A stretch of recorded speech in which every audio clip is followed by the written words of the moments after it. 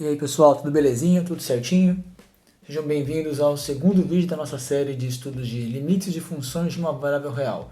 Para quem está estudando cálculo 1, espero que seja bem útil. Esse vídeo, como é o segundo, é continuação do primeiro, olha só. E eu vou deixar o link para vocês aqui, para quem não viu, aqui na descrição. E vai ter também aqui no card, eu vou deixar o link para vocês clicarem. É importante que vocês vejam, porque, como eu falei, esse vídeo é a continuação do primeiro. Então, hoje o que a gente vai estudar são as principais propriedades de limites de funções de uma variável real, alguns teoreminhas que são interessantes, que vão ajudar a gente no nosso estudo posterior de limites. Então, eu vou colocar aqui para vocês as 5 principais propriedades de operações com limites. A primeira delas diz que o limite da soma é igual à soma dos limites. A segunda é bem análoga. O limite da subtração é igual à subtração dos limites. A terceira propriedade afirma que se eu tenho uma função e multiplico essa função por um número real qualquer e aplico o limite, isso é a mesma coisa que aquele número que eu multipliquei a função vezes o limite na função original. Em outras palavras, eu posso trocar de ordem o produto desse número pela função e o limite. A quarta propriedade diz que o limite do produto é igual ao produto dos limites, e o quinto e último, bem análogo também, é que o limite da divisão é igual à divisão dos limites, desde que eu não esteja dividindo por zero. Importantíssimo te lembrar disso, né? A partir dessas 5 propriedades, a gente consegue deduzir várias outras. Por exemplo, pega a quarta propriedade. Se você aplicar a quarta propriedade com f e g sendo a mesma função, ou seja, g igual a f, o que acontece é que você vai ver que o limite de f vezes f é igual ao limite de f vezes o limite de f. Ou seja, o limite de f ao quadrado é igual ao quadrado do limite de f.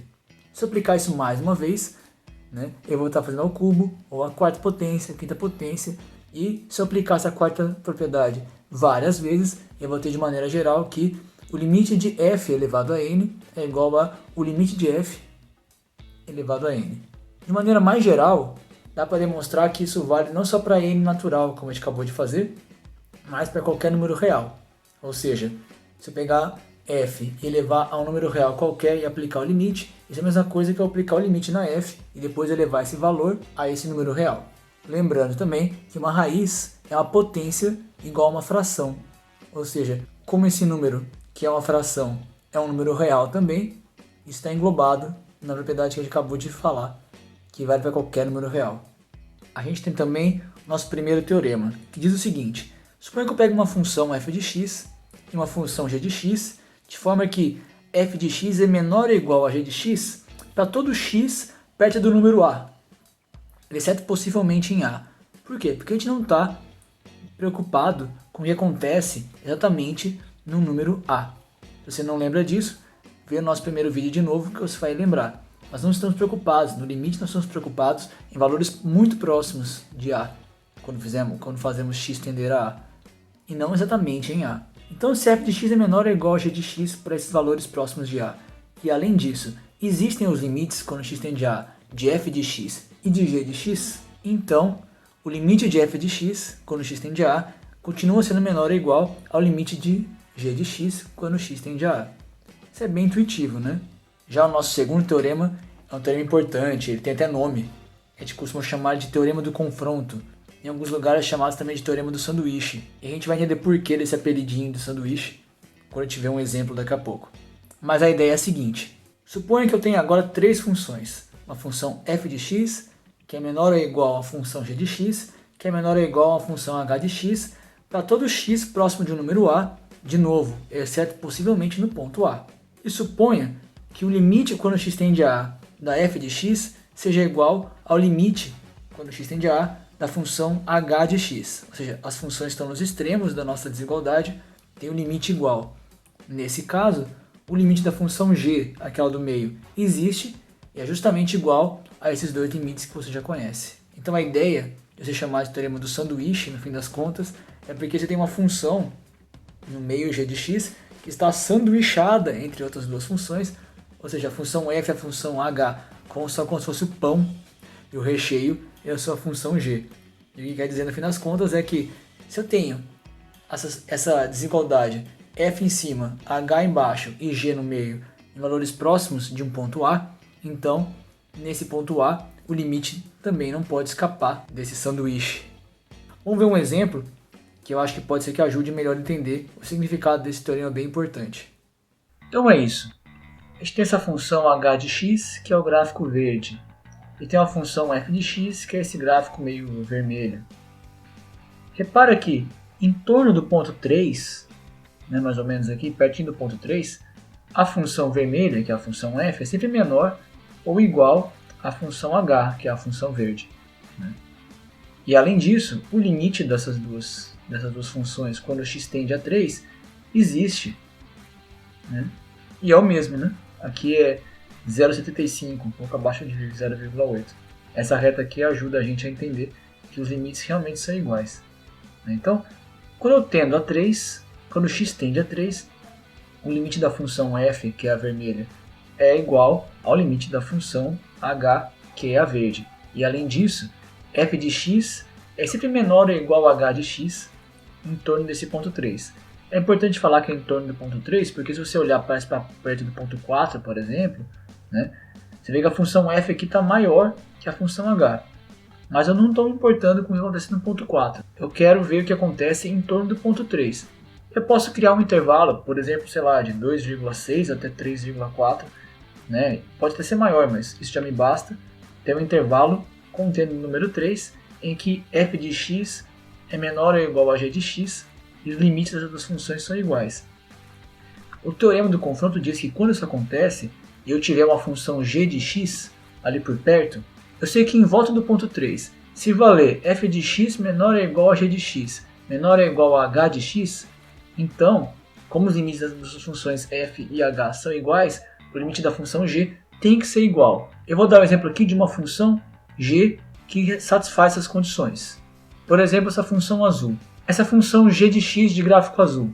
Percebe que, por exemplo, em torno do ponto 4, ela é maior que todas as outras. Mas em torno do ponto 3, né, existe um intervalinho em torno do ponto 3 em que a função g, que é azul, tem o gráfico sempre acima da função f, que é a vermelha, e sempre abaixo do gráfico da função verde, que é h. Né, olha só, você percebe isso com os pontos. Ó, o f está o ponto aqui embaixo, o g está sempre no meio e o h está em cima. Então está sempre f menor ou igual a g, que é menor ou igual a h, em torno do ponto 3. No limite, como a gente já sabe que o limite da função vermelha e da função verde, quando chega no 3, são os mesmos, o teorema do confronto diz que o limite quando x tende a 3 da função g de x também tem que ser igual a 3. E não tem como não ser, né? Olha, à medida que eu aproximo de 3, os 3 pontos só podem coincidir. Se a função g é sempre maior ou igual a f, sempre menor ou igual a h, o único buraquinho de alfinete que ela pode passar é esse ponto, né? Então o limite, mesmo que a função não esteja definida ali, o limite dela tem que ser igual ao limite das outras duas. Olha só, de novo, à medida que ela aproxima de 3, tanto para valores maiores, os 3 pontos coincidem normalmente, valores menores também, os 3 pontos são obrigados a coincidir. Então esse é um exemplo do teorema do confronto, como ele é aplicado. É um teorema simples, mas eu espero que vocês se compreendam, porque ele é útil muitas vezes.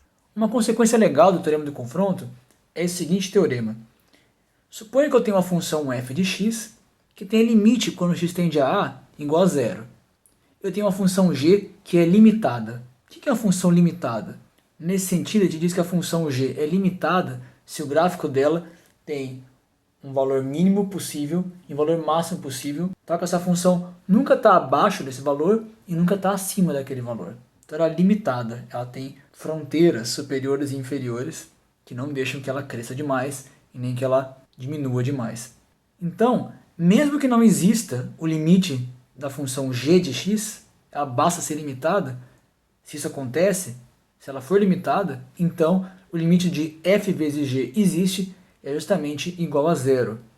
Vamos ver um exemplo disso para ficar um pouco mais encorpado na nossa cabeça esse resultado? Olha aí, pessoal. O gráfico da função f de x, dada por essa expressão aqui, ó, f de x igual a 4 vezes x elevado a 27, mais 2 vezes x ao cubo menos 3 vezes x, é um polinômio meio doidão. O gráfico dele é essa linha verde, né? Claramente, olhando para o gráfico, o limite, quando x tende a zero, é zero. Você pode olhar aqui na expressão e confirmar isso sem muita dificuldade. Vamos pegar agora então essa função como sendo a função f de x da consequência do teorema que eu falei, e vamos pegar uma função g de x bem conhecida pela gente, que é a função de Heaviside. O gráfico está em roxo. Essa função, digo que é conhecida porque a gente usou ela num exemplo no vídeo anterior. Se você não viu, clica no card aí e dá uma olhada, que é importante você lembrar. Aquele vídeo é bem legal. Tá? Então, olha só. Essa função, ela, quando x tende a zero por valores maiores que zero, o limite é 1. Quando ela tende a zero por valores menores que zero, o limite é 0. Então, como os limites laterais existem, mas são diferentes, essa função não tem limite quando x tende a zero. Porém, ela é uma função limitada. Cuidado com o nome, né? Limite, limitada. Limitada, lembrando, aqui significa que a função tem uma barreira inferior e uma barreira superior. Essa função de Heaviside nunca assume valores maiores que 1, nem menores que 0. Então ela está limitada entre 0 e 1. Por isso essa função é limitada. A consequência do teorema do confronto diz o seguinte, que se eu tenho uma função f de x, cujo limite quando x tende a um número é igual a 0. No caso, esse número é 0. Então f de x quando x tende a 0, o limite é 0. Está aqui o gráfico da função verde. A gente tem uma outra função g, que é limitada, no caso aqui a função de Heaviside em gráfico roxo, não importa se a função tem limite ou não, basta ela ser limitada. Então a consequência do teorema fala que o limite quando x tende a 0 de f de x vezes g de x existe e é igual a 0. De fato, o produto f de x vezes g de x é esse gráfico vermelho que está aparecendo aí. Percebe que quando x tende a 0 por valores menores que 0, o limite é 0. E quando x tende a 0 por valores maiores que 0, o limite também é 0. Então o gráfico vermelho, que é a função f de x vezes g de x, também possui limite quando x tende a 0. E é justamente igual a 0, como o teorema afirmou pra gente. Ainda bem que deu certo, porque é um teorema, né? Tem que dar certo. Se você fizer sumir as duas funções, fica até mais claro de verificar, né? Esse é o gráfico da função produto. O limite quando x tende a 0 é justamente 0. Maravilhoso, falei. Mais uma consequência bem legal do teorema do confronto é o que a gente chama de limite fundamental. O limite fundamental é o limite quando x tende a 0 de seno de x. Tudo isso dividido por x é igual a 1. Se você olha por cima, na verdade, o limite de x tendendo a 0 de seno de x dividido por x, se você aplicar erroneamente aquela quinta propriedade, deveria ser limite de seno de x, quando x tende a 0, dividido por limite de x, quando x tende a 0. Olha, mas isso daria 0 dividido por 0. E a quinta propriedade só é válida se você não está dividindo por 0. Lembre-se disso. Então, nesse caso, você não pode aplicar a quinta propriedade. Mas, misteriosamente, esse resultado dá 1. Isso é uma consequência do teorema do confronto. Se um dia vocês quiserem ver a demonstração desse limite fundamental, recomendo e vocês vão poder ver o teorema do confronto entrando em ação. Mas vamos dar uma olhadinha no gráfico dessa função e confirmar que realmente isso acontece. Olha aí, galera. A função f de x é igual a seno de x dividido por x. O gráfico dela é esse gráfico verde, né? Você vê que é como se fosse uma função seno que ela é meio amortecidinha. Quando ela chega próximo de 0 ali, ela dá uma ondona alta pra caramba. Ela passa a amortecer de novo. Se você der um zoom out, você vê isso muito bem, né? Ela oscila pequenamente e vai aumentando a oscilação. Quando chega aqui, ela dá uma puta onda e ela volta a ficar oscilando bem fraquinho. Se você der um zoom in agora, consegue ver o que acontece próximo de x igual a 0. Surpreendentemente, quando x tende a 0, a função vale 1. Ou seja, o limite quando x tende a 0, essa função é 1. Que coisa, hein? Se você usasse aquela propriedade 5 aqui daqueles limites, ia dar 0 dividido por 0. Então isso é um bom exemplo que faz a gente lembrar de tomar cuidado sempre que for usar aquela propriedade do limite, aquelas divisões, para quando o limite de baixo dá 0, a gente tomar um pouco de cuidado, não é para usar. E esse limite aqui, que é chamado de limite fundamental, é um limite que é bastante útil para a gente resolver alguns probleminhas que vão aparecer na vida de vocês, estudantes de cálculo 1. Então é isso, galera.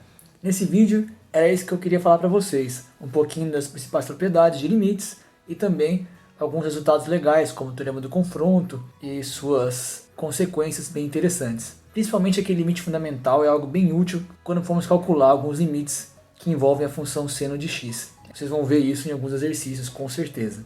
Bem, espero vocês no próximo vídeo, o terceiro da série. A gente vai ficando por aqui e até o próximo, hein? Falou, galera, até mais!